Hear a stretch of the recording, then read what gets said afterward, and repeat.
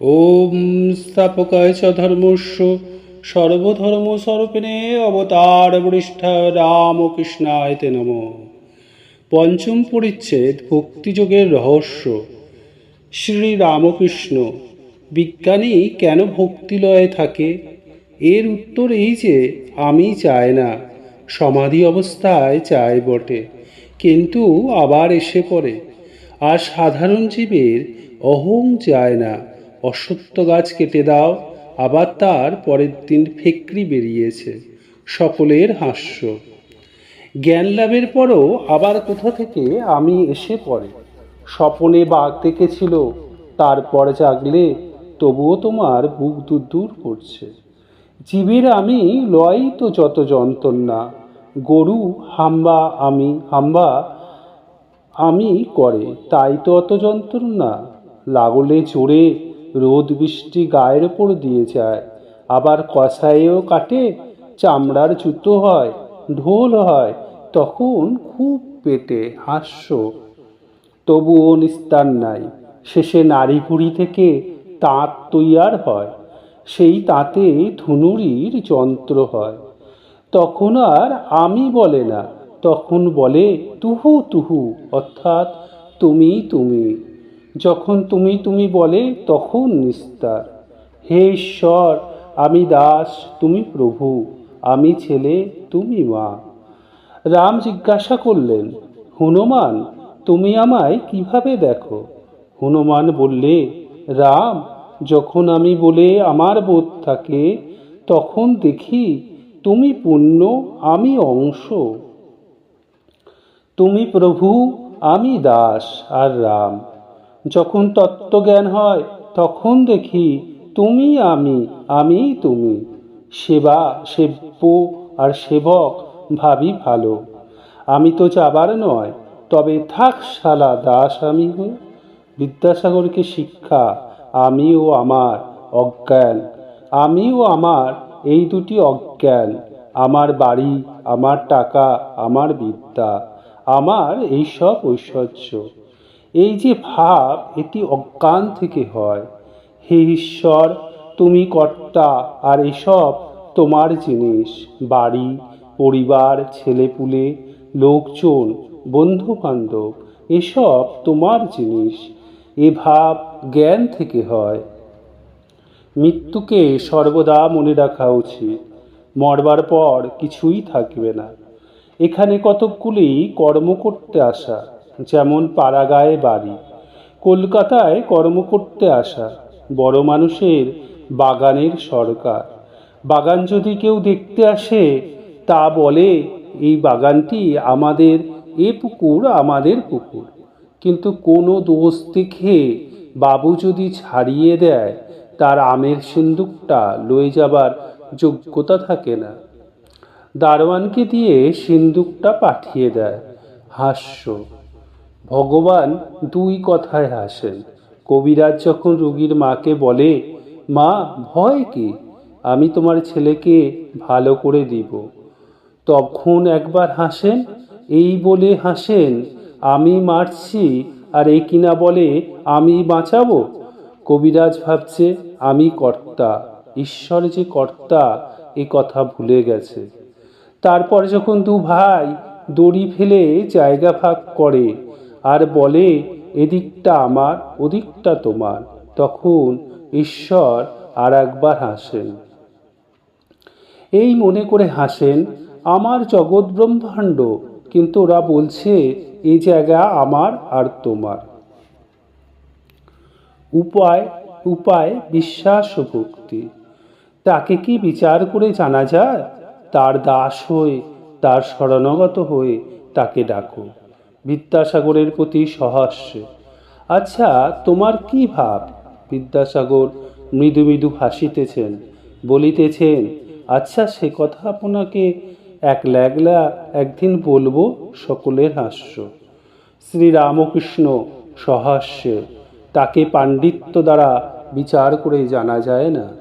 এই বলিয়া ঠাকুর প্রেমোন্মত্ত হইয়া গান ধরিলেন, ঈশ্বর অগম্য ও অপার, কে জানে কালী কেমন, স্বরদর্শনে না পায় দর্শন। মূলাধারে সহস্রারে সদাযোগী করে মনন, কালীপদ্মবনে হংস শনে হংসী রূপে করে রমণ। আত্মারামের আত্মাকালী প্রমাণ প্রণবের মতন, তিনি ঘটে ঘটে বিরাজ করেন, ইচ্ছাময়ীর ইচ্ছা যেমন। মায়ের উদরে ব্রহ্মাণ্ড ভাণ্ড প্রকাণ্ড তা জানো কেমন, মহাকাল জেনেছেন কালীর মর্ম, অন্য কে বা জানে তেমন। প্রসাদ ভাবে ভাসে লোকে হাসে, সন্তরণে সিন্ধু তরল। আমার মন বুঝেছে প্রাণ বুঝে না, ধরবে শশী হয়ে বামন। দেখলে কালীর উদরে ব্রহ্মাণ্ড ভাণ্ড প্রকাণ্ড তা জানো কেমন, আর বলছে স্বরদর্শনে না পায় দর্শন, পাণ্ডিত্যে তাকে পাওয়া যায় না। বিশ্বাসের জোর, ঈশ্বরে বিশ্বাস ও মহাপাতক। বিশ্বাস আর ভক্তি চাই, বিশ্বাসের কত জোর শোনো। একজন লঙ্কা থেকে সমুদ্রে পার হবে, বিভীষণ বললে এই জিনিসটি কাপড়ের খুঁটে বেঁধে লও, তাহলে নির্বিঘ্নে চলে যাবে, জলের উপর দিয়ে চলে যেতে পারবে। কিন্তু খুলে দেখো না, খুলে দেখতে গেলেই ডুবে যাবে। সে লোকটা সমুদ্রের উপর দিয়ে বেশ চলে যাচ্ছিল। বিশ্বাসের এমন জোর। খানিক পথ গিয়ে ভাবছে, বিভীষণ এমন কি জিনিস বেঁধে দিলেন যে জলের ওপর দিয়ে চলে যেতে পারছি। এই বলে কাপড়ের খুঁটটি খুলে দেখে যে শুধু রাম নাম লেখা একটি পাতা রয়েছে। তখন সে ভাবলে, এ জিনিস ভাবাও যায় না, ভাবাও যা অমনি ডুবে যাওয়া। কথায় বলে, হনুমানের রাম নামে এত বিশ্বাস যে বিশ্বাসের গুণে সাগর লঙ্ঘন করলে, কিন্তু স্বয়ং রামের সাগর বাধ্য হলো। যদি তাকে বিশ্বাস থাকে তাহলে পাপই করো আর মহাপাতকই করো, কিছুতেই ভয় নাই। এই বলিয়া ঠাকুর শ্রী রামকৃষ্ণ ভক্তের ভাব আরোপ করিয়া ভাবে মাতোয়ারা হইয়া বিশ্বাসের মাহাত্ম্য গাহিতেছেন। আমি দুর্গা দুর্গা বলে মা যদি মরি, আখেরে দিনে না তারও কেমনে জানা যাবে গো শঙ্করী। ষষ্ঠ পরিচ্ছেদ, ঈশ্বরকে ভালোবাসা জীবনের উদ্দেশ্য, the end of life. Shri Ramakrishna, বিশ্বাস আর ভক্তি। তাকে ভক্তিতে সহজে পাওয়া যায়, তিনি ভাবের বিষয়। এ কথা বলিতে বলিতে ঠাকুর শ্রী রামকৃষ্ণ আবার গান ধরিলেন। মন কি তত্ত্ব করো তারে, যেন উন্মত্ত আধার ঘরে। সে যে ভাবের বিষয় ভাব ব্যতীত, অভাবে কি ধরতে পারে। অগ্রে শশী বশীভূত করো তব শক্তি সারে। ওরে কোঠার ভিতর চোর কুঠুরি, ভোর হলে সে লুকাবে রে। স্বরদর্শনে না পায় দর্শন, আগম নিগম তন্ত্র সারে। সে যে ভক্তি রসের রসে, সদানন্দে বিরাজ করে পুরে। সে ভাব লাগি পরম যোগী, যোগ করে যুগ যুগান্তরে। হলে ভাবে হলে ভাবের উদয় লয় সে যেমন, লোহাকে চুম্বকে ধরে। প্রসাদ বলে মাতৃভাবে আমি তত্ত্ব করি যারে, সেটা চাতরে কি ভাঙব হারি। বোঝো না রে মন ঠাড়ে ঠোরে। ঠাকুর সমাধি মন্দিরে গান গাইতে গাইতে ঠাকুর সমাধিস্থ হইতেছেন। হাত অঞ্জলিবদ্ধ, দেহ উন্নত স্থির, নেত্রদয় স্পন্দহীন। সেই বেঞ্চের ওপর পশ্চিমাশ্র হইয়া পা ঝুলিয়া বসিয়া আছেন। সকলে উদ্গ্রীব হইয়া এই অদ্ভুত অবস্থা দেখিতেছেন। পণ্ডিত বিদ্যাসাগরও নিস্তব্ধ হইয়া একদৃষ্টে দেখিতেছেন। ঠাকুর প্রকৃতিস্থ হইলেন, দীর্ঘ নিঃশ্বাস ফেলিয়া আবার সহস্যে কথা কইতেছেন। ভাব ভক্তি, এর মানে তাকে ভালোবাসা। যিনি ব্রহ্ম তাকেই মা বলে ডাকছে। প্রসাদ বলে মাতৃভাবে আমি তত্ত্ব করি চারে, সেটা চাতরে কি ভাঙব হারি, বোঝো না রে মন ঠাড়ে ঠোরে। রামপ্রসাদ মনকে বলছে ঠাড়ে ঠোরে বুঝতে, এই বুঝতে বলছে যে বেদে যাকে ব্রহ্ম বলেছে তাকেই আমি মা বলে ডাকছি। যিনি নির্গুণ তিনিই সগুণ, যিনি ব্রহ্ম তিনিই শক্তি। যখন নিষ্ক্রিয় বলে বোধ হয় তখন তাকে ব্রহ্ম বলি। যখন ভাবি সৃষ্টি স্থিতি প্রলয় করছেন তখন তাকে আদ্যাশক্তি বলি, কালী বলি। ব্রহ্ম আর শক্তি অভেদ, যেমন অগ্নি আর দাহ্যিকা শক্তি।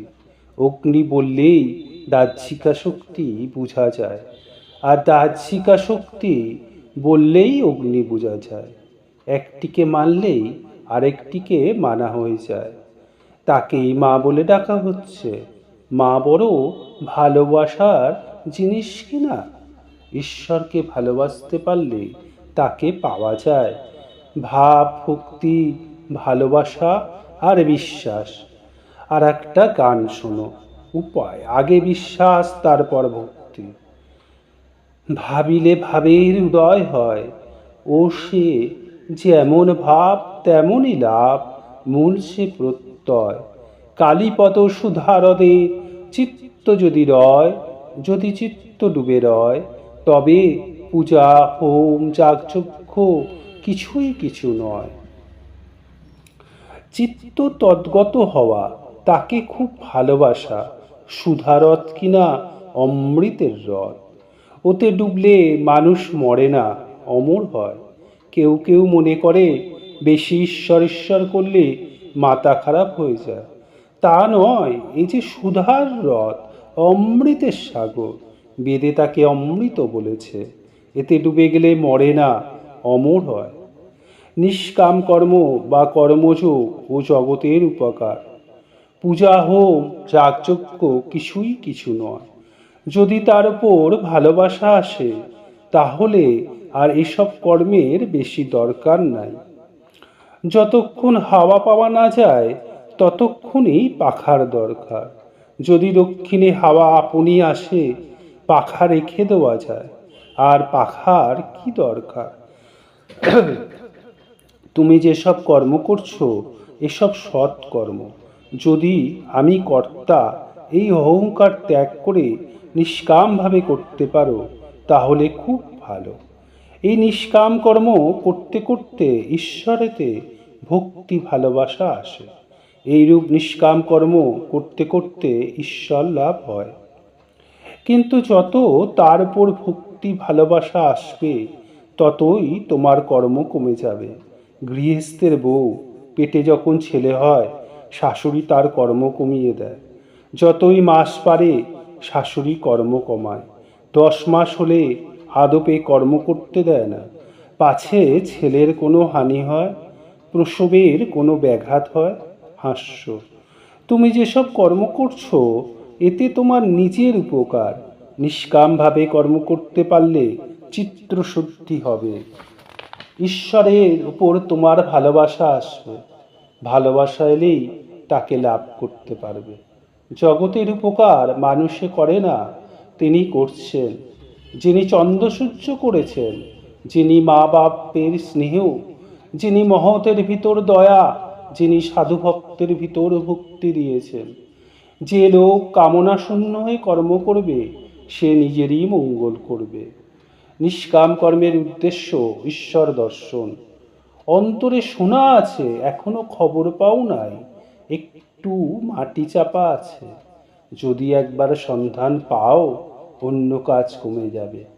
গৃহস্থের বইয়ের ছেলে হলে ছেলেটিকে নিয়েই থাকে, ওইটিকে নিয়েই নাড়াচাড়া।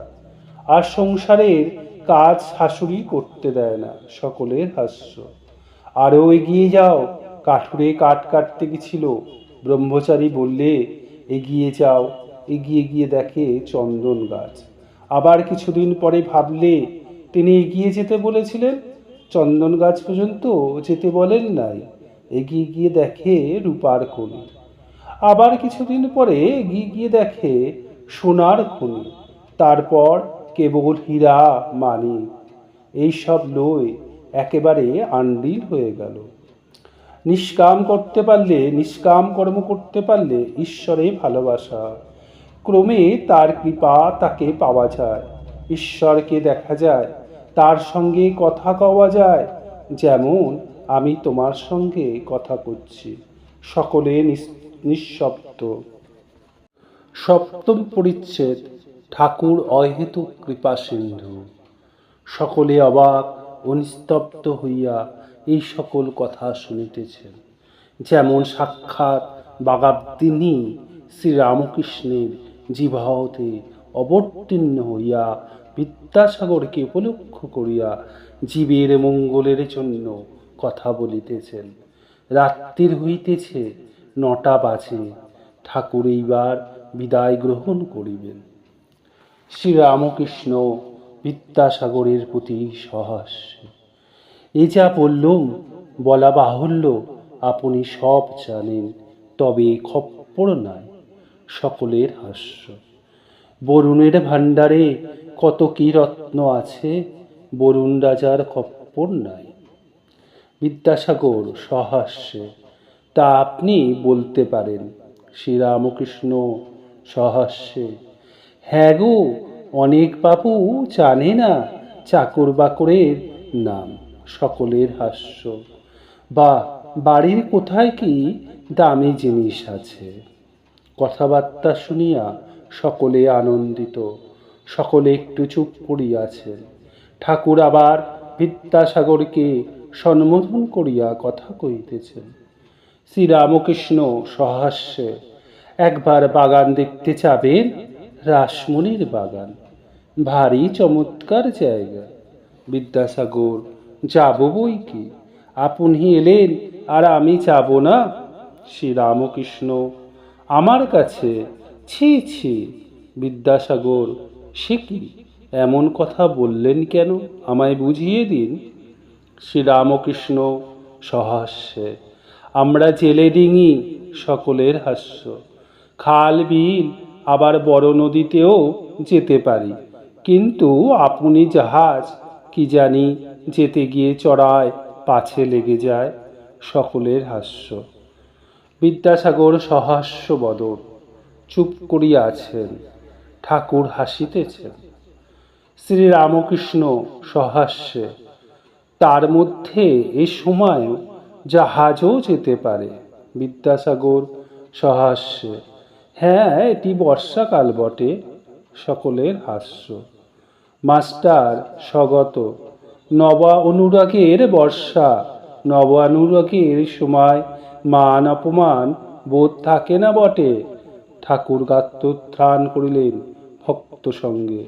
বিদ্যাসাগর আত্মীয়গণ সঙ্গে দাঁড়াইয়া আছেন। ঠাকুরকে গাড়িতে তুলিয়া দিবেন। শ্রীরামকৃষ্ণ এখনো দাঁড়িয়া রহিয়াছেন কেন? মূল মন্তর করে জপিতেছেন। জপিতে জপিতে ভাবাবিষ্ট হইয়াছেন। অহেতুক কৃপা সিন্ধু বুঝি যাইবার সময় মহাত্মা বিদ্যাসাগরের আধ্যাত্মিক মঙ্গলের জন্য মার কাছে প্রার্থনা করিতেছেন। ঠাকুর ভক্ত সঙ্গে সিঁড়ি দিয়া নামিতেছেন। একজন ভক্তের হাত ধরিয়া আছেন।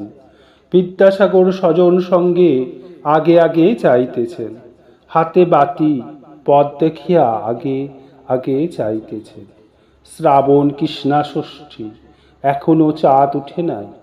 তমসাবৃত উদ্যান ভূমির মধ্য দিয়া সকলে বাতির ক্ষীণালোক লক্ষ্য করিয়া ফটকের দিকে আসিতেছেন। শ্রীরামকৃষ্ণ ভক্ত সঙ্গে ফটকের কাছে যাই পৌঁছলেন। সকলে একটি সুন্দর দৃশ্য দেখিয়া দাঁড়িয়া পড়িল। সম্মুখে বাঙালির পরিচ্ছেদধারী একটি গৌরবর্ণ শুশ্রূধারী পুরুষ, বয়স আন্দাজ 36-37, মাথায় শিখদিগের ন্যায় শুভ্র পাগড়ি, পরনে কাপড়, মোজা, জামা, চাদর নাই। তাহারা দেখিলেন পুরুষটি শ্রীরামকৃষ্ণকে দর্শন করিবা মাত্র মাটিতে উষ্ণীর সমেত মস্তক অবলুণ্ঠিত করিয়া ভূমিষ্ঠ হইয়া রইয়াছেন। তিনি দাঁড়াইলে ঠাকুর বলিলেন, বলরাম, তুমি এত রাতে? বলরাম সহাস্যে, আমি অনেকক্ষণ এসেছি, এখানে দাঁড়িয়েছিলাম। শ্রীরামকৃষ্ণ, ভিতরে কেন যাও নাই? বলরাম, আজ্ঞা, সকলে আপনার কথাবার্তা শুনছেন, মাঝে গিয়ে বিরক্ত করা। এই বলিয়া বলরাম হাসিতে লাগিলেন। ঠাকুর ভক্ত সঙ্গে গাড়িতে উঠিতেছেন। বিদ্যাসাগর মাস্টারের প্রতি মৃদুস্বরে, ভাড়া কি দেব? মাস্টার, আজ্ঞা না, ও হয়ে গেছে। বিদ্যাসাগর অন্যান্য সকলে ঠাকুরকে প্রণাম করিলেন। গাড়ি উত্তর অভিমুখে হাঁকিয়া দিল। গাড়ি দক্ষিণেশ্বর কালীবাড়িতে যাইবে। এখনো সকলে গাড়ির দিকে তাকিয়া দাঁড়িয়ে আছেন।